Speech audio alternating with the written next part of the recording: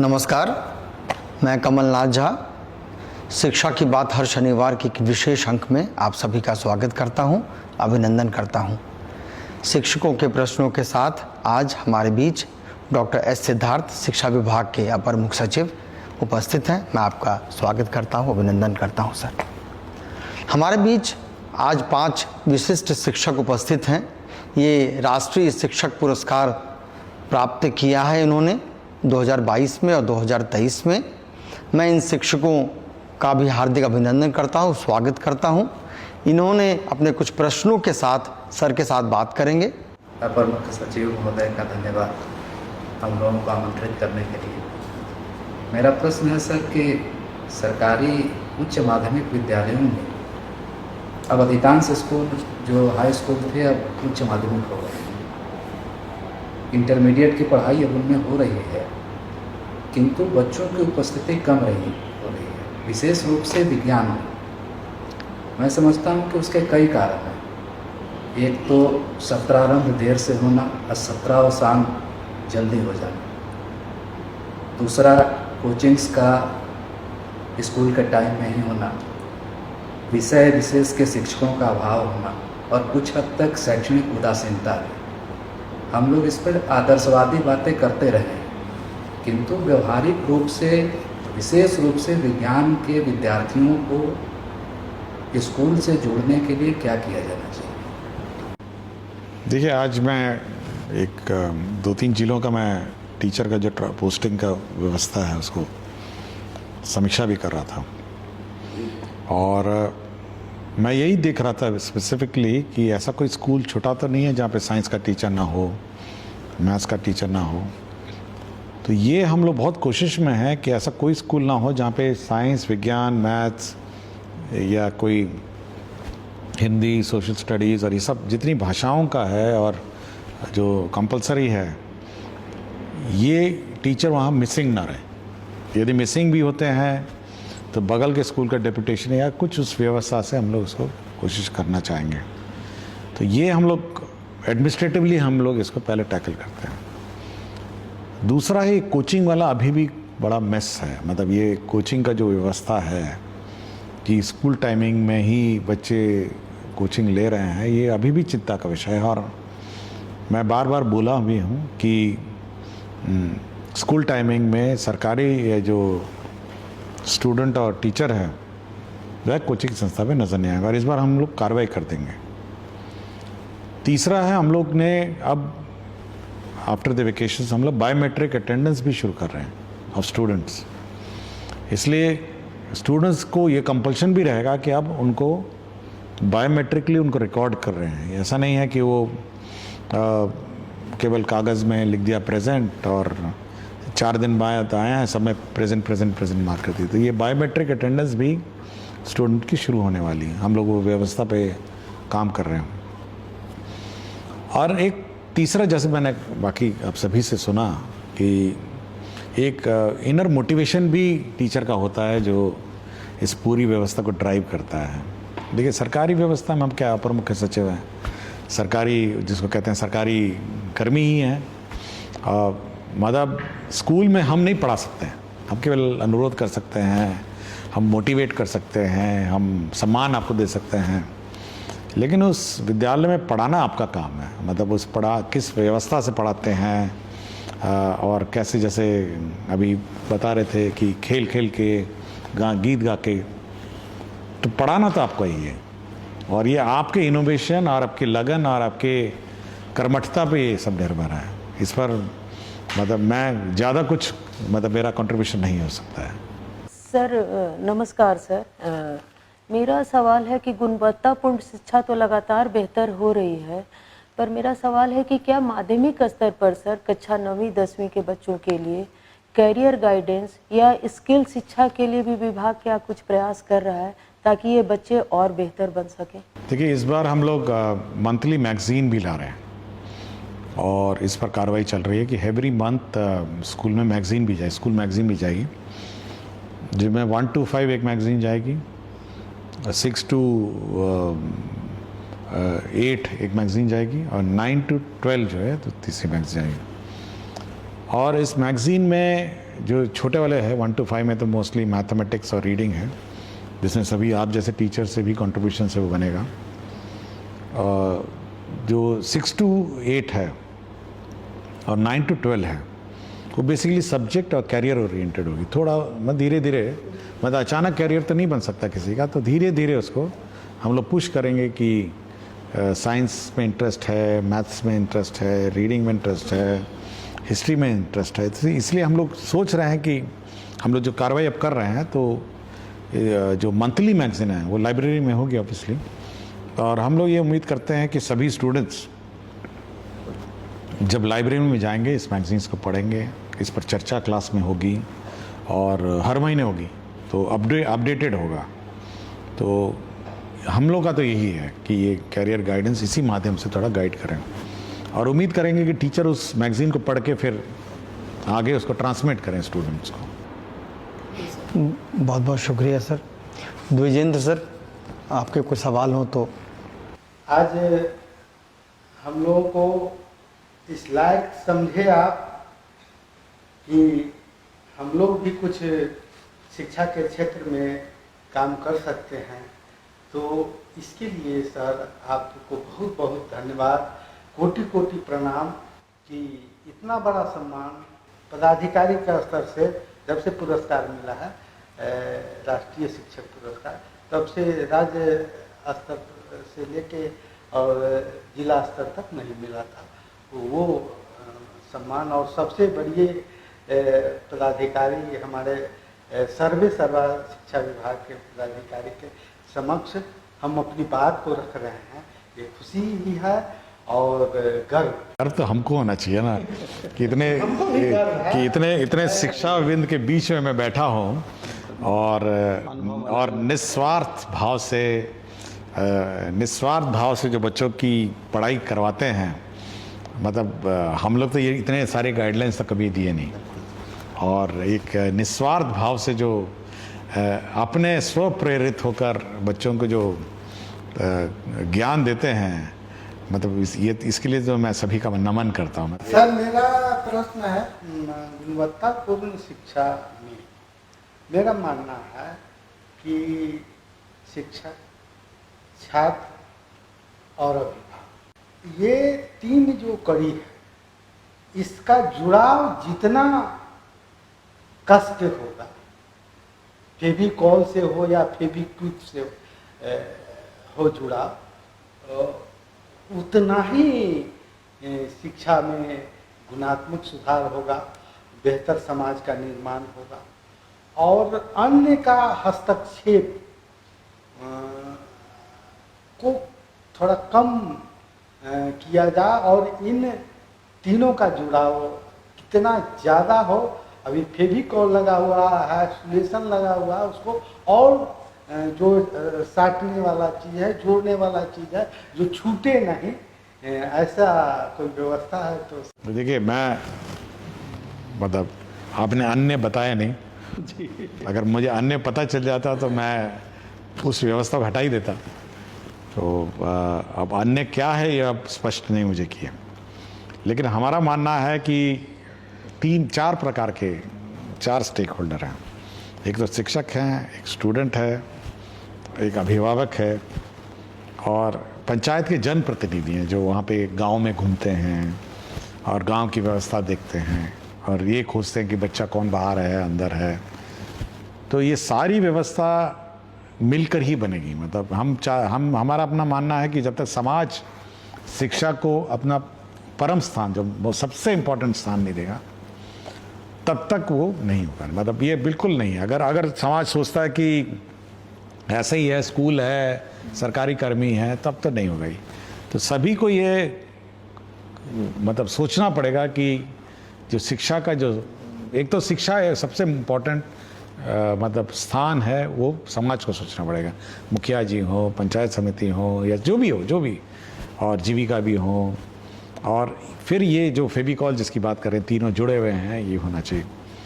हमारी कोशिश है कि जो सरकारी व्यवस्था है, जो आपका BEO है और जो बाकी सरकारी कर्मी हैं, वो आपको परेशान न करें।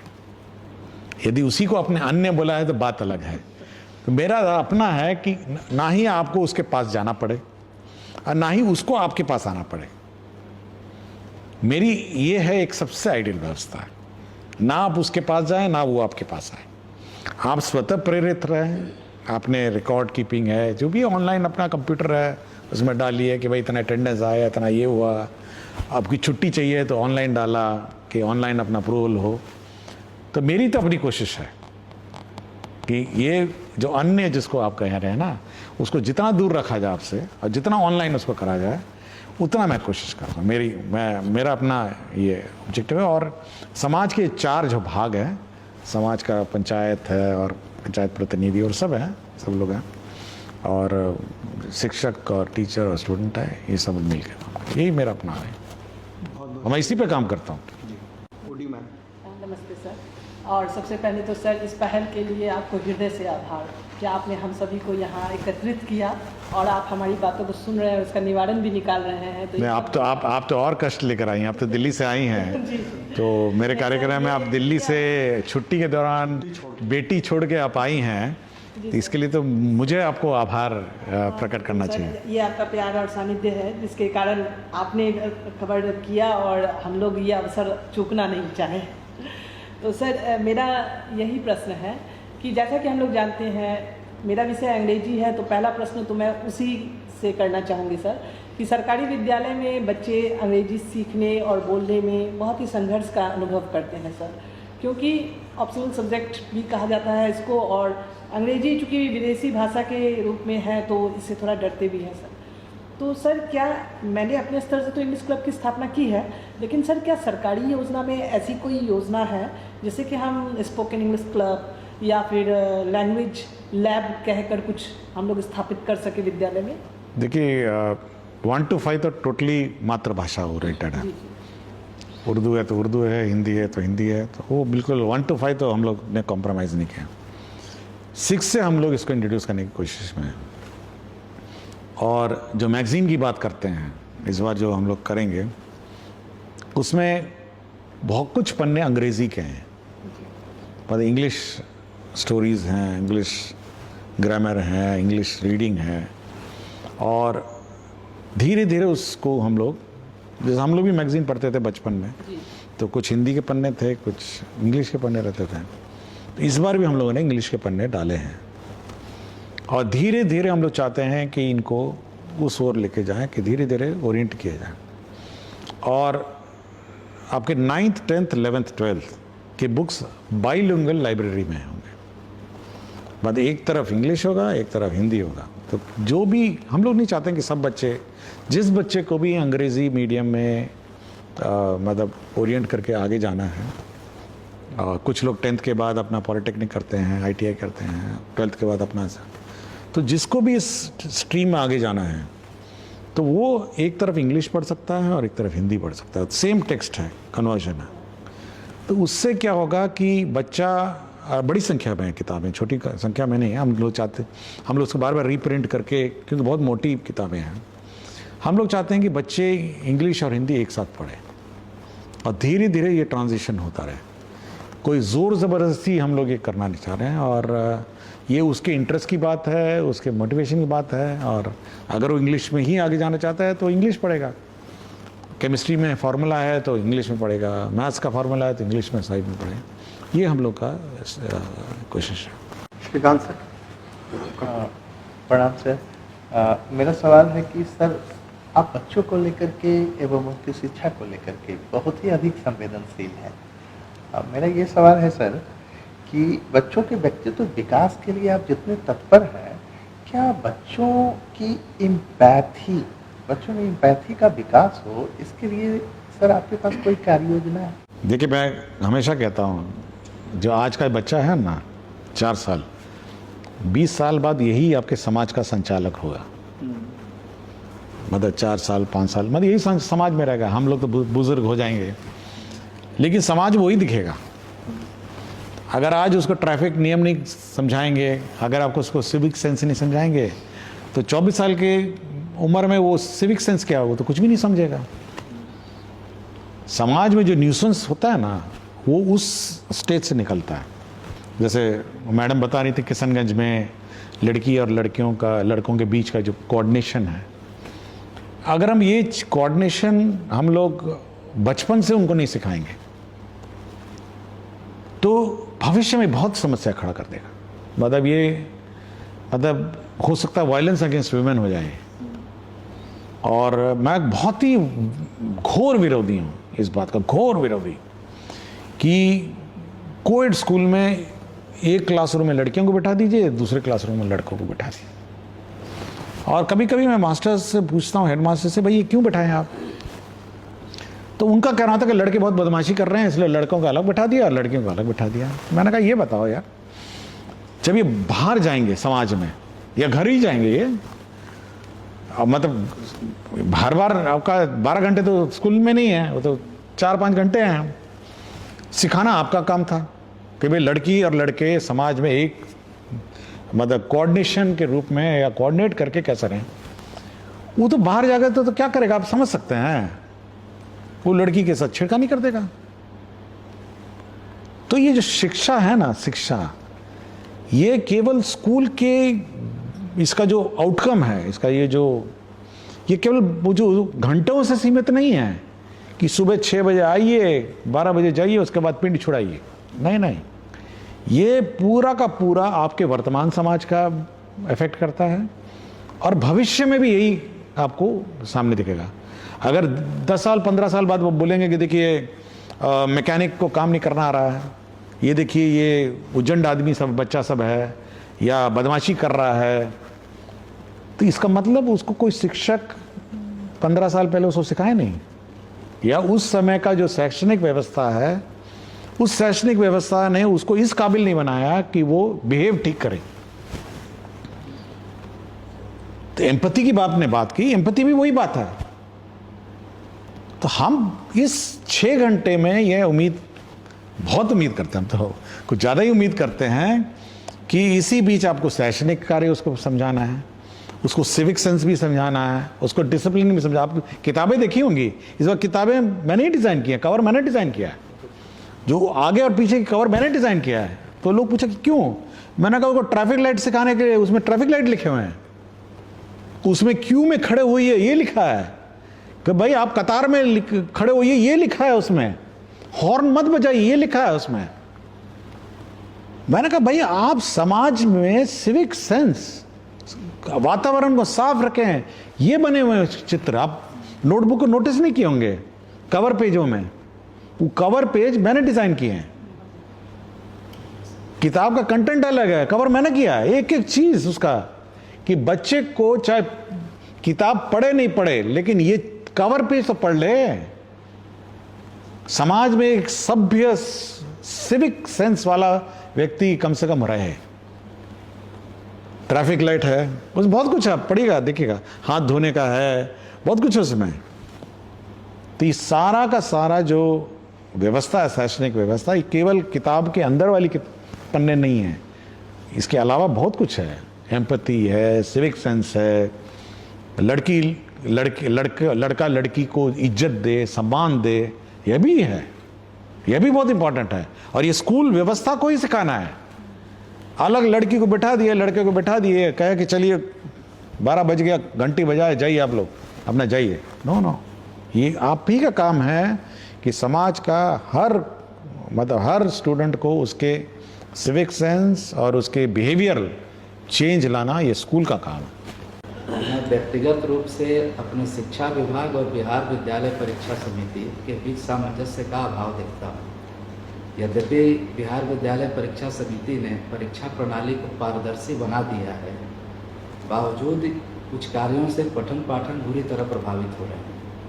जैसे मैं बताना चाहूँगा, वर्ग 10 और 12 की सेंटर परीक्षाएं अक्टूबर माह में हो जाती हैं और उनकी मुख्य परीक्षा फरवरी में हो जाती है। यदि इसे दिसंबर में लिया जाता तो बच्चों को 2 अतिरिक्त माह पढ़ने के लिए मिलता। यद्यपि यह कहा जाता है कि बच्चे विद्यालय आएँ, परंतु जब से हम लोग भी पढ़े हैं, सेंटर परीक्षा के बाद विद्यार्थी बहुत कम आते हैं विद्यालय। दूसरी चीज़ है, रजिस्ट्रेशन 9th के और 11th के ऐसे समय में शुरू किए जाते हैं जब बिल्कुल पढ़ाई का पीक आवर होता है।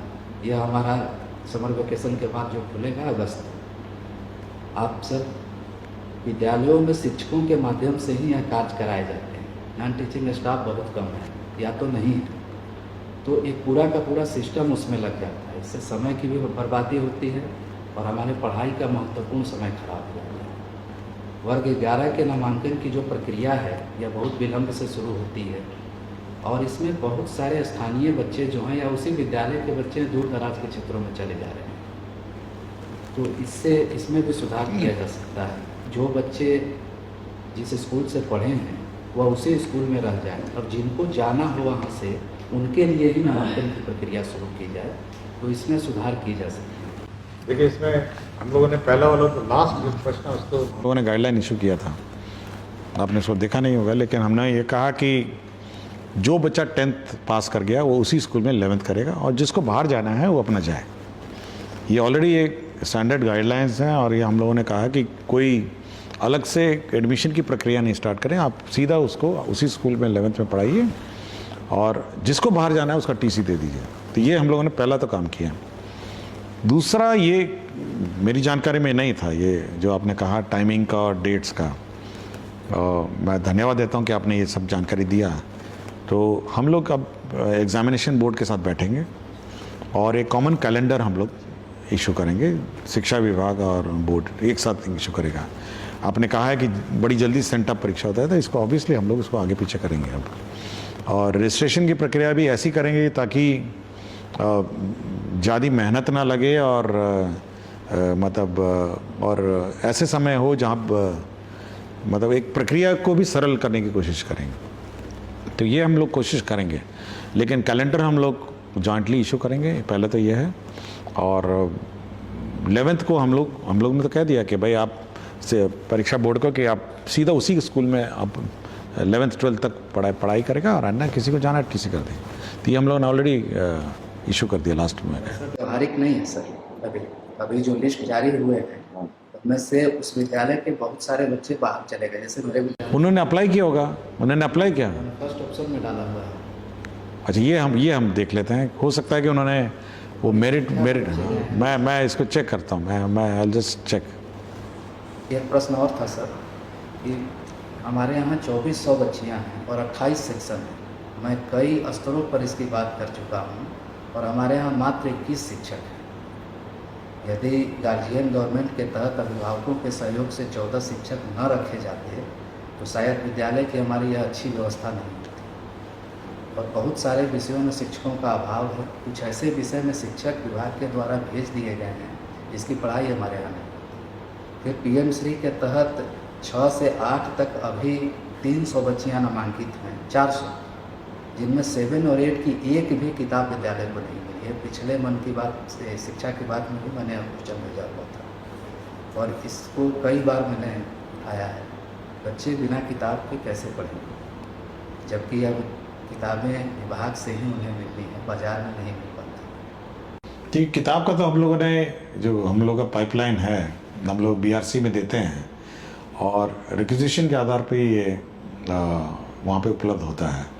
अब किस कारण से नहीं हुआ है ये मैं चेक करूँगा, ये आई चेक इट अप। और जहाँ तक जो असमंजसता मतलब इंटर स्कूल डिसबैलेंस है, तो हम लोगों ने एक अलग से एक जिला स्तर पर डीएम की अध्यक्षता में एक स्थापना समिति का गठन किया है और जहाँ जहाँ पर पीएम श्री, विशेषकर जो पीएम श्री है या सेंटर फॉर एक्सीलेंस, बहुत सारे स्कूल्स हैं, आइडियल स्कूल्स हैं, तो वहाँ पे हम लोगों ने लोकल पावर वेस्ट किया हुआ है जिसमें डीएम अध्यक्ष हैं कि आप ऐसे जहाँ जहाँ टीचर की कमी है वो आप वहाँ पे ट्रांसफ़र कर सकते हैं विद इन द डिस्ट्रिक्ट। हम लोग का है कि विद इन द डिस्ट्रिक्ट जिला स्थापना समिति करेगी और इंटर डिस्ट्रिक्ट हमारा डायरेक्टरेट करेगा।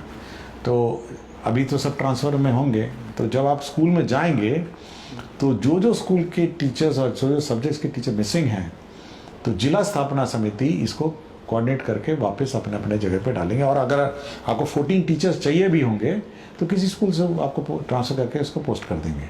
तो डिस्ट्रिक्ट स्थापना समिति जो डीएम की अध्यक्षता में है, जिसमें डीडीसी मेंबर हैं और डीईओ उसके मेंबर सेक्रेटरी हैं, तो ये नॉर्मलाइजेशन व्यवस्था विद इन द डिस्ट्रिक्ट करेंगे। मेरा एक विज्ञान शिक्षिका हूँ तो विज्ञान से ही जुड़ा हुआ सवाल है सर विज्ञान में तो अभी बिहार में काफ़ी अच्छा बदलाव भी हुआ है सर, गतिविधि आधारित शिक्षण भी हो रहा है, बच्चे सीख भी रहे हैं। उसी में सर एक इंस्पायर अवार्ड मानक के अंतर्गत बच्चे अपने आइडिया भेजते हैं। तो सर बच्चों के आइडिया तो सेलेक्ट हो जाते हैं, पर उस आइडिया पे बेहतर प्रोटोटाइप बना पाए, तो क्या सरकार बेहतर प्रोटोटाइप बच्चों के बनवाने के लिए क्या कुछ प्रयास मतलब विभाग के द्वारा किया जा रहा है सर? उसमें क्या चाहिए आपको, मतलब आपको कोई फंड्स चाहिए या क्या? मेरा जो खुद का सो, मैं कई स्तर पे इस पे मतलब जब जहाँ मुझे बुलाया गया तो उस पर चर्चा हो किया। मैं सर जैसे मेरा खुद का सुझाव है कि जैसे बच्चों के जब प्रोटोटाइप आइडिया सेलेक्ट हो जाते हैं तो हर ज़िले में सर कहीं ना कहीं पॉलीटेक्निक और इंजीनियरिंग कॉलेज तो हैं सर। तो अगर एक जैसे विभाग से इस तरह का लेटर निकले कि उनके जिस ज़िले से बच्चे हैं जिनके आइडिया सिलेक्टेड हैं, उस इंजीनियरिंग कॉलेज से उनके आइडिया के लिए संवर्धन हो जाए कि ये कैसे उस पर प्रोजेक्ट बना सकते हैं, प्रोटोटाइप बना सकते हैं, तो बच्चे बेहतर प्रोटोटाइप बनाएंगे सर। आपका आइडिया मैंने स्वीकार किया और मैं सभी को चिट्ठी भी लिखूंगा और जो भी इंस्पायर जो चाइल्ड हैं उस प्रोटोटाइप डेवलपमेंट के लिए पैसा भी अलग से रिएलोकेट कर 10,000 रुपया हाँ देती है, ठीक है, उसी से। हाँ, आइडिया बनाने के लिए ही देती है। एक चीज़ और कहना था कि सर आइडिया भी जैसे बहुत बार मैं देखती हूँ बहुत सारे शिक्षक इस बीच कॉल भी करते हैं, जब अभी 15 से सर ओपन हो गया है आइडिया भेजने के लिए, तो बहुत बार शिक्षक भेज देते हैं जैसे जो TLM बनाते हैं बस वही लिख करके भेज देते हैं। तो अगर प्रखंड स्तर तक, स्टेट से होते हुए प्रखंड स्तर तक, जैसे प्रखंड पे भी कोई ना कोई तो टीचर विज्ञान में अच्छा होगा, कोई राजकीय स्तर पे अच्छा है, कोई राष्ट्रीय स्तर पे अच्छा है, इवन PBL के थ्रू सर भी बहुत सारे प्रखंड लेवल पे अच्छे टीचर हैं। तो शिक्षकों के आइडिया संवर्धन के लिए ब्लॉक लेवल पे भी जैसे इस तरह का एक शिक्षकों को के लिए आइडिया संवर्धन के लिए किया जाए, ताकि वो उन बच्चों से आइडिया भी अच्छे आए, ताकि बिहार आगे बढ़े। और टॉप 60 में बच्चे जो नहीं आ पाते हैं सर, तो आपके प्रयास से ये 2 कार्य अगर होगा तो प्रोटोटाइप भी बेहतर बनेंगे और आइडिया भी बेहतर आएंगे सर। आपका शुक्रिया कि आपने बच्चों को NCERT दे करके उसको कॉम्पिटिटिव बनाया। नहीं, हमारा ये है कि जो हमारे बच्चे हैं वो वही किताब पढ़े जो पूरे देश में सब पढ़ते हैं। और ये भेदभाव नहीं होना चाहिए कि वो लेवल यहाँ पे हैं हमारी किताबें। तो हमारा ये था कि मतलब एक मतलब स्तर जो है बच्चे का, शैक्षणिक स्तर पूरे देश में एक होना चाहिए और हमारे बच्चे किसी भी लेवल से कम नहीं होने चाहिए, इसीलिए NCERT किताब है। उसमें हमारे बिहार के सरकारी विद्यालय के बच्चों को एक समस्या है कि बिहार के बगल में मतलब बंगाल किधर है या फिर कर्नाटका किधर है या पाकिस्तान किधर है, उनको नहीं पता, क्योंकि उनके पास मानचित्र या एटलस नहीं है। तो सर अगर उन बच्चों को आपने इतनी किताबें दी, इस बार लाइब्रेरी में आपकी एटलस है और डिक्शनरी है और आपको कंपलसरी लेना है एटलस रीडिंग क्लास। वो मैं इसलिए सर्कुलर ने इशू किया कि अभी पहुंच ही रही होंगी वो, तो आपको एटलस रीडिंग क्लास भी लेनी है, मतलब as part of the regular curriculum, कि वो एटलस सबके पास रहेगी, सब बच्चे एटलस देखेंगे और फिर मानचित्र को आपको पढ़वाना है पूरा, और पूरा मानचित्र प्रैक्टिस करवाना है। Thank you. मैं ये आइडिया मैं पहले ही मैं कर चुका हूँ। पिछले साल जो किट में सामान गया था सर, बच्चों की कॉपी में भी वो एटलस वो बने हुए थे। सरकारी विद्यालय पर सरकार बहुत आवश्यकता से ज़्यादा धन खर्च करे। हाँ, ये बात सही है। अगर हम पूरा बजट को बच्चों की संख्या से मतलब डिवाइड करें तो किसी भी हालत में सबसे अच्छे प्राइवेट स्कूल में जो फीस है उससे बहुत अधिक हम लोग खर्चा करते हैं सर, अधिक धन खर्च, क्योंकि हमारा सैलरी स्ट्रक्चर बहुत है, प्राइवेट स्कूल में कम देते हैं। हाँ, इसलिए जब सब कुछ टोटल कर दीजिए, स्कॉलरशिप, साइकिल, यूनिफॉर्म, सब कुछ जोड़ दीजिए और फिर बच्चों की संख्या से डिवाइड करिए, तो हमारा जो खर्चा है पर चाइल्ड वो प्राइवेट स्कूल से ज़्यादा है। सर ये सरकार खर्च कर रही है और हमारे ACS साहब भी इतने गंभीर हैं इस मुद्दे पर। नौकरी हम भी करते हैं, ACS साहब भी करते हैं, वेतन उनको भी मिलता है, मुझको भी मिलता है, रिटायर उनको भी होना है, हमको भी। लेकिन उनके दिल में है कि समाज के बच्चे हम जैसा बने, आप जैसा बने, ये प्रयास होने चाहिए। और उसमें अकेला सर अपना सब कुछ दाव पर लगाए हुए हैं कि हमको इस चीज़ का पालन कराने, तो उसमें दिक्कत ये हो रही है कि सरकारी विद्यालय के प्रति इतनी भ्रांतियां फैला दी गई है अभिभावकों के बीच में कि पढ़ाई नहीं होती, वहाँ का व्यवस्था सही नहीं है।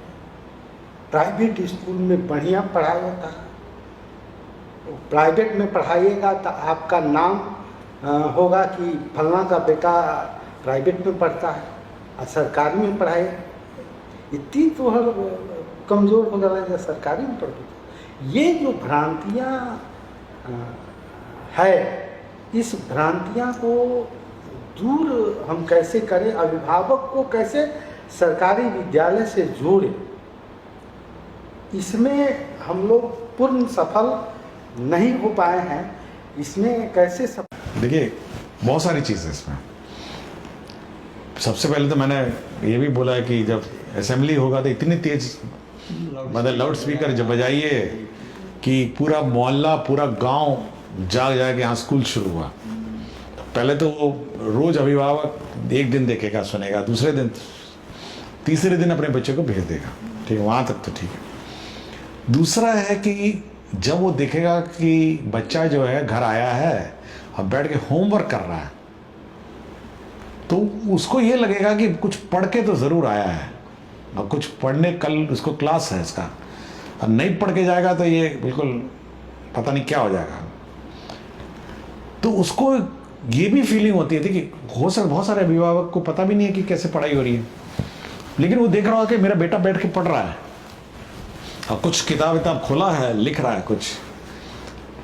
तो ये भी बहुत इंपॉर्टेंट चीज़ है। इसलिए मैं बार बार बोलता हूँ होमवर्क दीजिए और होमवर्क का इवैल्यूएशन करिए, और अगर उसको लग नहीं रहा है पेरेंट्स को कि कुछ पढ़ नहीं रहा है, आया घर में ऐसे घूम रहा है, वेला घूम रहा है, तो उसको बड़ा हल्का लग रहा होगा स्कूल की, कुछ पढ़ाई नहीं लगता हुआ है और वैसे ही टाइम पास कर रहा है सब। तो बहुत कुछ देखता है, आपका नोटबुक देखता है बच्चे का कि बच्चा नोटबुक में क्या लिखा है। कभी कभी बड़ा दुख होता है, मैं अपने ऑफिसर्स के बैठक में करता हूँ, कल भी मेरी बैठक हुई टीचर्स ट्रेनिंग के बारे में समीक्षा हो रही थी कि टीचर्स को कैसे ट्रेनिंग किया जाए।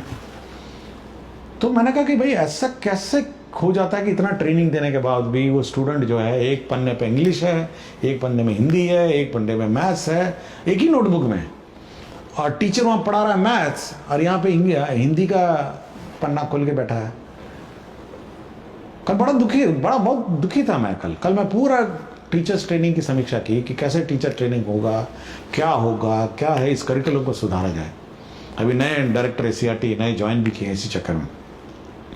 तो मेरा बहुत ही कंसर्न है कि अभिभावक बहुत कुछ चीज़ देखता है, उसको सरकारी गैर सरकारी प्राइवेट से कोई लेना देने, और ज़्यादा टाई वाई और बूट से भी उसको लेना देना है। जब वो देखेगा, देखिए यूपीएससी में बहुत सारे लोग हैं सरकारी स्कूल से ही आए हैं, बड़े बड़े नौकरी में सरकारी स्कूल से आए, सब प्राइवेट से थोड़ा ना आए, हाँ सब आए। लेकिन जब वो पेरेंट देखता है कि मेरा बच्चे का नोटबुक सब ठीक है, वो सब बहुत डिसिप्लिन में है, बिल्कुल जिल्द चढ़ाए हुए है, बैठ के लिख रहा है और प्रैक्टिस कर रहा है कि कल एग्ज़ाम है, तो कड़ाई तो आपको स्कूल में भी करनी पड़ेगी ना। यही स्कूल में उसको छोड़ दीजिएगा और कुछ भी वो करता रहे तो घर जाके उसको बोलेगा ये तो टाइम पास करके आता है। कभी कभी तो मैंने बच्चे देखे हैं कि स्कूल आता है अपने सिस्टर का किताब ले आता है, कभी किसी का किताब ले आता है, ऐसे ही मतलब भर लिया कि कुछ किताबें ले जाते हैं, हाँ कुछ रैंडमली ले जाते हैं। मैं पूछा ये किसकी किताब है, तो बोला मेरी बड़ी बहन की किताब। मैंने कहा तुम क्यों लाया, बोला कि मैं भूल गया इसलिए मैं ले आया कुछ किताब। तो बहुत सारी चीज़ें हैं। अगर आप मतलब आपका आउटपुट क्या है अंततः, उसकी किताब, उसकी शिक्षा, यही है ना, यही उसका आउटपुट है आपका, वही मापदंड है। तो पेरेंट वो सब देखता है, घर में वो सब देखता है, बहुत ऑब्जर्व करता है कि स्कूल से वो क्या सीख के आया है। आपको नहीं लगता होगा, लेकिन सब देखता है और इसको ये पता है कि ये पढ़ रहा है या टाइम पास कर रहा है, ये भी पता है इसको। तो ये थोड़ा हम लोग को बहुत ही इंश्योर करना पड़ेगा कि बच्चा पढ़े, उसका होमवर्क हो, उसका क्लास वर्क हो। और इस बार की जो ट्रेनिंग व्यवस्था है उसमें हम लोगों ने बहुत स्ट्रिक्ट कर दिया है कि भाई हम लोग इवैल्यूएशन करेंगे कि वास्तव में वो टीचर जाके जो बोला है वो पढ़ाया या नहीं पढ़ाया। मतलब हम पढ़ा रहे हैं कि भाई कैसे पढ़ाना है और अपने मर्जी से अपना टाइम पास करा नहीं हो सकता ना। तो ये थोड़ा हम लोग को कमी है। प्राइवेट स्कूल में तो अब क्या होता है टिप्पणी नहीं करूंगा, बट हम लोग की अपनी व्यवस्था सुधारनी चाहिए। सर, आपकी बातों को कनेक्ट करते हुए मैं बोलना चाहूँगी कि मैंने अपने विद्यालय में छात्राओं को नोट कॉपी बनवाया हुआ है इंग्लिश का, जिसमें क्लास में फर्स्ट सेशन स्टार्ट होते साथ मैं उन लोगों का इंग्लिश का नोट्स बनवाती हूँ और प्रॉपर उन लोगों का इंग्लिश कॉपी अलग रहता है जिसमें उन लोगों का सारा नोट्स पूरे वर्ष भर का एक में है। तो ये हम लोगों के द्वारा किया हुआ कार्य है, किसी विभाग से आदेश नहीं है, स्व इच्छा है सर। सर, जैसा कि हम लोग जानते हैं कि बिहार में प्रतिभाओं की कमी नहीं है। हमारे बिहार में बहुत प्रतिभाएं हैं और सरकारी स्कूल में जितनी सुविधाएं अब दी जा रही है ये बहुत बड़ी बात है सर, और इसमें आपकी बहुत बड़ी पहल है, इसके लिए आप धन्यवाद के पात्र हैं। तो सर, मैं ये पूछना चाह रही हूँ, जैसे हम लोग ओलंपियाड में बच्चों को बैठाते हैं, NST वाले एग्जाम में बैठाते हैं, ठीक है, और सरकारी स्कूल की तैयारियां बच्चों को करवाना चाहते हैं। जैसा कि मैंने देखा है कि 11th करने के बाद या 12th करने के बाद या 10th करने के बाद ही बच्चे चाहते हैं कि वो प्रॉपर किसी कैरियर को चुने, कैरियर में जाए आगे। तो उसके लिए वो लोग फिर आते हैं हम लोगों के पास कि मैम कहाँ जाना रहेगा। मतलब समझिए जिनके अभिभावक के पास थोड़ा पैसा है थोड़ा, तो वो बाहर जाने का सोचते हैं, जिनके पास नहीं है तो वो फिर मन महसूस के रह जाते हैं। तो क्या सर कुछ ऐसा प्लान किया जा सकता है कि बच्चों के लिए हर ब्लॉक में एक रिसोर्स सेंटर डेवलप किया जाए जहाँ की उन लोगों को कॉम्पिटिटिव एग्जाम्स की तैयारी करवाई जाए, डिजिटली इक्विप्ड हो, हर संसाधन हो और अच्छे टीचर्स हो, जिससे कि वो लोग बाहर ना जाकर अपने कंपटीशन की तैयारी अपने ही क्षेत्र में कर सकें। क्या ऐसा कुछ करवाया जा सकता है सर? ये आइडिया अच्छा है, इसका मैं सोचूंगा इसका कि ब्लॉक स्तर पर एक मतलब कंपटीशन का सेंटर रखे, फिर हम लोग टीचर्स का मतलब मांगेंगे कौन कौन टीचर पढ़ाने के लिए इच्छुक हैं, इंटरव्यू लेके उन टीचर्स को उस ब्लॉक में डालें। मतलब वो एक स्कूल ना हो बट कंपटीशन सेंटर हो। और लेकिन वही है कि बच्चे गांव से कैसे आएंगे ये मुझे नहीं समझ में आ रहा है, क्योंकि बहुत दूर से आना पड़ेगा उस ब्लॉक हेडक्वार्टर में। सर उसमें अभी इसको वीकेंड के या फिर वैसे बच्चों को ट्रांसफ़र करना पड़ेगा हमको ब्लॉक। हॉस्टल वगैरह कुछ बनवाना। सर हमारी योजना चल रही कस्तूरबा गांधी बालिका विद्यालय और सुभाष चंद्र बोस बालकों के लिए भी आवासीय विद्यालय, तो इसमें आवासीय रखना पड़ेगा। तो इसमें जो मेधावी छात्र हैं, हाँ, उसको आवासीय रखना पड़ेगा। तो ऊपर 30 के तर्ज पर ही होता है और अभी जो हम रख रहे हैं कस्तूरबा में, तो बच्चे गार्जियन 2 दिन रखते हैं फिर ले जाते हैं, 4 दिन रखते हैं फिर ले जाते हैं, ये समस्या है। लेकिन मेधावी छात्रों को इंफ्रास्ट्रक्चर वही रहेगा कि टीचर उसमें वही रहेंगे, कुछ टीचर के विषय की की जरूरत होगी तो अलग से दिया जाएगा। सर, मैंने देखा और मेधावी छात्रों का जो गरीब हैं और मेधावी हैं उनको अवसर मिल जाएगा। अभी भोजन किसी की समस्या नहीं है, पहले ये जान करके कस्तूरबा खोला गया था कि भोजन नहीं है, कपड़ा नहीं है, तो सरकार तो विद्यालय में भोजन भी दे रही है, कपड़ा भी दे रही है, पैसा दे रही है, कलम दे रही है, किताब दे रही है, सैनिटरी पैड का पैसा दे रही है, सब कुछ आपके माध्यम से सरकार नहीं कोशिश करते हैं ये एक बार, क्योंकि ये कहीं मुझे पहले भी सुझाव आया था कि ब्लॉक स्तर पर 538 ब्लॉक में मतलब मेधावी स्टूडेंट के लिए कैरियर गाइडेंस और कैरियर कोचिंग के लिए मतलब सेंटर मेडिकल का अलग हो, इंजीनियरिंग का अलग हो, ये मैं इसको हम लोग वर्कआउट करते हैं, क्योंकि टीचर्स फिर हम लोग फिर इंटरव्यू से करके ले लेंगे। ब्लॉक में जो अच्छे स्कूल हैं, बड़े स्कूल हैं आपके ब्लॉक में, अच्छे टीचर्स भी हैं, बहुत सारे तो हमारी यूपीएससी लिख के लौटे हैं और बीपीएससी लेके लौटे हैं, तो उससे ज़्यादा थोड़ा ना कोचिंग इंस्टीट्यूट के टीचर्स हैं, ये तो बहुत अच्छे अच्छे टीचर्स हैं, तो उनको ऑप्शन दे दिया जाएगा, वो वैसे ही ब्लॉक मुख्यालय में आके पोस्टिंग हो जाएगा। ट्रेनिंग के लिए आपने बहुत बेहतरीन शेड्यूल बनाया जो SCERT करा रही है डाइट, और बहुत टाइट शेड्यूल्ड है। मैंने देखा से पूरा, प्रिंसिपल सर गेट पे खड़े हैं, 1 मिनट में कोई डिले नहीं, और बहुत मज़ा आया पढ़ने में। नए नए विषय हैं जो हमारे बहुत काम के हैं, लेकिन सर उसमें एक सुधार की ज़रूरत है। कोई टॉपिक ऐसा है सर जिसको 2 या 2.5 सेशन की ज़रूरत है, कोई एक सेशन में उनको समाप्त करना पड़ता है, बहुत फास्ट। देखिए, ट्रेनिंग का मेरा अपना अलग नज़रिया है।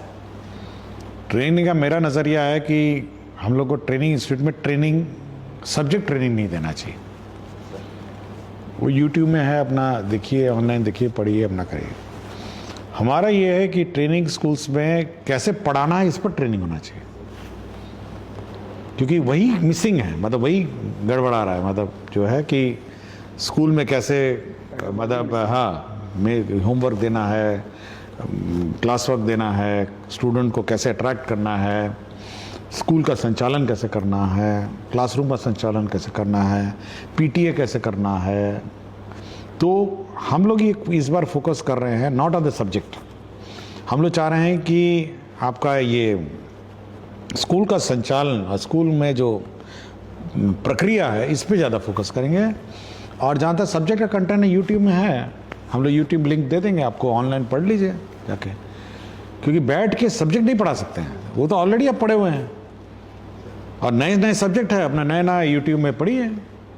तो ये थोड़ा हम लोगों को इस बार फोकस चेंज कर रहे हैं, और कोशिश कर रहे हैं कि क्वालिटी ऑफ एजुकेशन कैसे इम्पार्ट की जाए। किताब है तो उसको इम्पार्ट कैसे किया जाए, उस पर ज़्यादा हम लोग का फोकस है इस बार। और सब्जेक्ट तो हम लोग उम्मीद करते हैं कि आप लिंक से पढ़ेंगे, और जो ऑनलाइन क्लासेस है उसको अटेंड करेंगे। हम लोग मैं विशेषकर सबको अपना आभार प्रकट करता हूं कि बहुत दूर दूर से सब आए, और बहुत ही सम्मानित शिक्षक हैं और अवार्ड विनिंग शिक्षक हैं। मुझे बहुत अच्छा लगा, और मैं काफ़ी देर सुनता भी रहा। मैं आज एक तरफा काफ़ी सुना मैं, और ये मेरे लिए ज्ञानवर्धक रहा, और मैं सभी का अपना आभार व्यक्त करता हूँ। और मैं चाहूँगा कि इनकी जो बातें हैं, जो भी हमारे शिक्षक सुन रहे हैं, इसको एक मार्गदर्शन के रूप में लें, और अपने अपने स्कूल में व्यवस्था को सुधारेंगे। धन्यवाद, बहुत बहुत धन्यवाद। फिर हम अगले अंक में शिक्षा की बात हर शनिवार के अगले अंक में फिर उपस्थित होंगे। आपका धन्यवाद, बहुत बहुत धन्यवाद।